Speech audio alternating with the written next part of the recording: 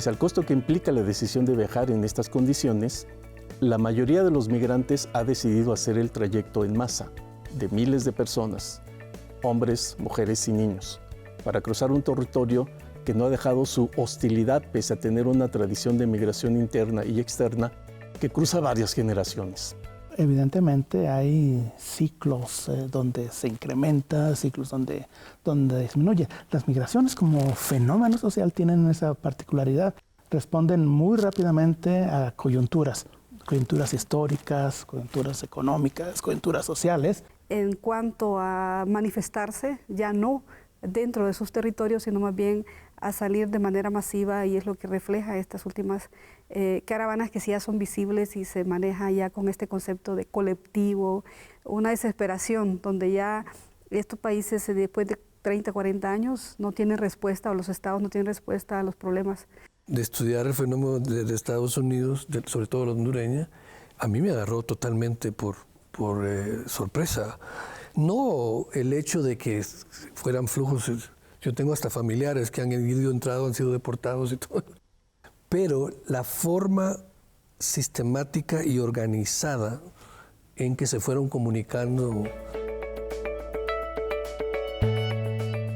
La religión suele proveer de un cuerpo de creencias y principios morales a sus fieles, de manera que su implicación en la organización social y en la vida cotidiana es directa. Tanto lo que hoy son México y Guatemala han vivido en diversidad religiosa desde la época prehispánica. Entonces, la teología de la liberación en América Latina es un posicionamiento crítico hacia el sistema de opresión que vive el subcontinente y que trata de buscar, vía la relación entre religión y política, la acción social para la transformación. Y uno de sus principios es que hay una opción preferencial por los pobres. Que dentro de la población indígena había una memoria, ¿no?, de explotación, de pobreza, de racismo, que los espacios que se crearon a partir de esta pastoral liberadora fueron espacios articuladores, pero tal vez me atrevería a decir que es más bien la concientización fue principalmente de los agentes pastorales, ¿no?, y que fue esa concientización de los agentes pastorales la que permitió crear todos esos espacios de articulación, porque se plantea que era concientizar al pobre, ¿no? Se trata de una región que posee horizontes vegetales y animales de gran complejidad, cadenas volcánicas de suma relevancia y frecuente actividad, y amenazas naturales latentes por el simple hecho de situarse en las entrañas del denominado Cinturón de Fuego. Se trata de una región donde el factor humano ha jugado un papel crucial en la configuración de situaciones de riesgo y en los procesos de acumulación de vulnerabilidades. No sé realmente si ha habido un buen balance entre las acciones gubernamentales y lo que la población, lo que la sociedad ha sufrido en estos últimos años. Veo un divorcio general entre la academia y las instancias políticas. Se siguen presentando cada vez más los efectos de grandes fenómenos. Desgraciadamente, pues a veces la gente no sabe que eso ha ocurrido en el pasado, que es un factor bien importante, ¿no? Tener por lo menos el conocimiento de que algo ocurrió ahí. Lo ignora la población o lo ignoran quienes se encargan de ordenar el territorio. En nuestro país, por ejemplo, una gota de agua en el sur es una inundación y una gota de agua en el norte es una bendición, porque tenemos estos diferentes contextos, y aprender localmente para poder aplicar políticas públicas que estén alimentadas de lo que la gente ha hecho y que ha resultado, qué tipo de vivienda se debe de construir, en qué tipo de clima. Los megaproyectos, como hidroeléctricas, monocultivos, entre otros.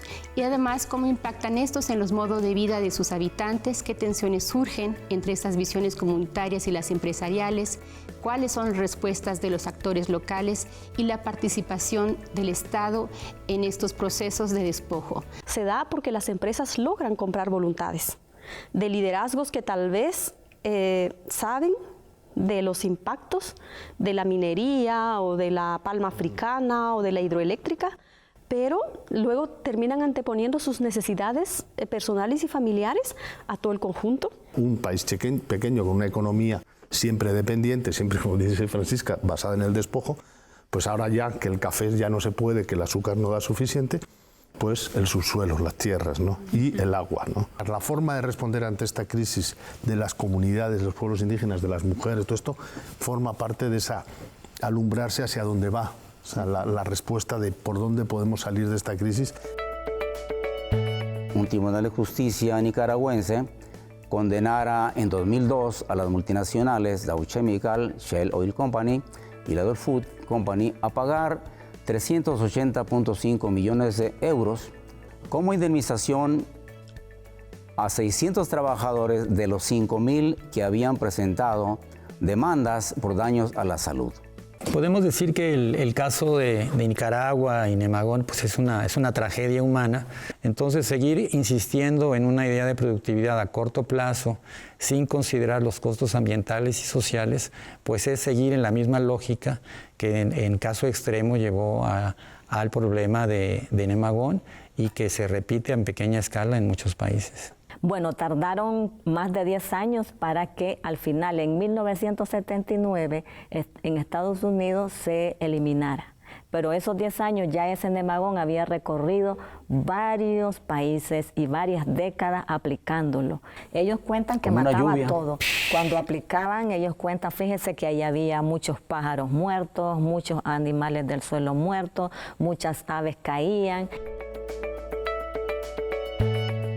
El día de hoy nos acompañan dos investigadores que junto con las participantes de nuestro próximo programa han llevado a cabo una investigación sobre migrantes centroamericanas cuyos resultados están plasmados en este libro titulado Sin lugar en el mundo, desplazamiento forzado de mujeres por Guadalajara. Se pensó que las mujeres migraban como acompañantes y en los casos que nosotros observamos en la migración centroamericana es que hay mucha autonomía en la migración y se debe pues justamente eso, a que son responsables económicas en sus hogares. En los últimos años la principal razón está siendo la violencia, superando incluso, por ejemplo, en el caso de Honduras, las razones económicas. Sin embargo, el caso de las mujeres es muy particular. Son quienes utilizan una diversidad de medios de transporte y a veces es de manera voluntaria o vienen huyendo y pues generan sus propias alternativas mientras se van desplazando. Uno de esos ámbitos, el de la educación superior, sería el escenario de la búsqueda de una idea que definiría el horizonte de cambio como modernización. En América Latina, la reforma educativa que establecería la autonomía como el modelo predominante entre las instituciones de educación superior públicas se vería sometida a diversos vaivenes a lo largo del siglo XX. En México, a lo largo del siglo XX, las universidades pasaron de esa institución cuya principal función era docente y de formación de profesionistas, sobre todo pensando en las profesiones liberales, pasamos de eso a ese modelo de universidad en el que la UNAM es un ejemplo a nivel internacional, en que la universidad tiene que ser el centro más importante de investigación científica humanística y también de desarrollo tecnológico. Estas tensiones con el Estado, ¿no?, durante todas estas décadas que hizo plantear la necesidad de una autonomía, la autonomía que se alcanza muy posteriormente. ¿Por qué? Porque la universidad había tenido esta tensión y esta negociación en un contexto absolutamente autoritario. Yo creo de que no podemos hablar de un cambio en la sociedad sin la universidad. Cualquier cambio que queramos emprender, la universidad tiene que tener una participación relevante en ese proceso y un liderazgo. En las últimas décadas, la actividad política de cristianos no católicos en América Latina ha sido más visible, creciente y diversificada. En algunos casos ha mostrado características de movilización social, protagonizada por líderes regionales que reclaman igualdad de derechos y libertad religiosa. Hubo un desplazamiento forzado de más de 30,000 indígenas conversos y entonces, bueno, la reacción fue agruparse como asociaciones, asambleas, con congregaciones de líderes indígenas, pero también de población indígena, para defender la libertad de culto. Todo eso lo llevó a otras arenas, que empecé por defender mi credo, pero me llevó a esta arena política. En el caso de Guatemala es muy interesante porque es el país latinoamericano que ha tenido 3 presidentes protestantes. El primero fue en 1982, que fue el general José Efraín Ríos Montt, y sí introduce en sus discursos políticos, introduce muchos elementos religiosos, ¿verdad? El día de hoy nos acompañan 2 investigadoras que han llevado a cabo una investigación sobre mujeres migrantes centroamericanas y cuyos resultados están plasmados en este libro que lleva por título Sin lugar en el mundo, desplazamiento forzado de mujeres por Guadalajara. Se crea una cosa que se le puede llamar el negocio de la migración, sobre estos cuerpos vulnerables, expuestos, ¿no? que pueden ser motivo pues, de secuestro, son vistas de parte de los hombres como transgresoras del orden familiar, del orden jerárquico familiar, ¿no?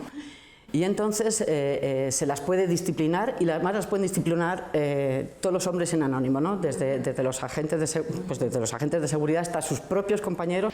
Los niños también pues forman prácticamente parte de su propio cuerpo, ¿no? Es decir, son niños tan pequeños que no los pueden dejar en cualquier lado, de tal manera que si enfrentan algún problema de violencia en el camino o situaciones complejas, pues no solo tienen que responder por ellas, sino por la situación de sus hijos, ¿no? Empezamos a conocer la complejidad del problema que significa migrar, y sobre todo siendo mujeres. El término de la Guerra Fría repercutió en la forma en que finalizaron los diversos conflictos políticos nacionales centroamericanos, encaminados todos ellos hacia una posible transición a la democracia. El final del conflicto bélico en Centroamérica supuso una salida negociada a la lucha insurreccional, pero también un horizonte de cambios sociales. Y yo quisiera agregar también un elemento importante que me parece son los grupos anticomunistas en la región centroamericana. Es decir, no es que Estados Unidos quisiera intervenir directamente en estos países por iniciativa propia, también había un semillero de grupos anticomunistas que obviamente son los que les iban dando la información al gobierno norteamericano de lo que podría pasar. Si vemos cómo se dieron los acuerdos de paz que se empezaron a gestar, ¿verdad?, a fines de los años 80, y el compromiso que asumieron de alguna manera los países centroamericanos en poder construir o iniciar todo un proceso también de esa institucionalidad, que también había una exigencia también construida en la década de los 80 con los organismos de derechos humanos, por ejemplo, que estaba a la par exigiendo. Yo creo que hay que hacer una distinción entre las transiciones a democracias y transiciones a la institucionalidad. Es decir, Honduras, por ejemplo, transita a democracias con la Constitución de 1982. Pero ¿qué sucede? La institucionalidad que debe de llevar a cabo la democracia no se legitimiza, si se quiere.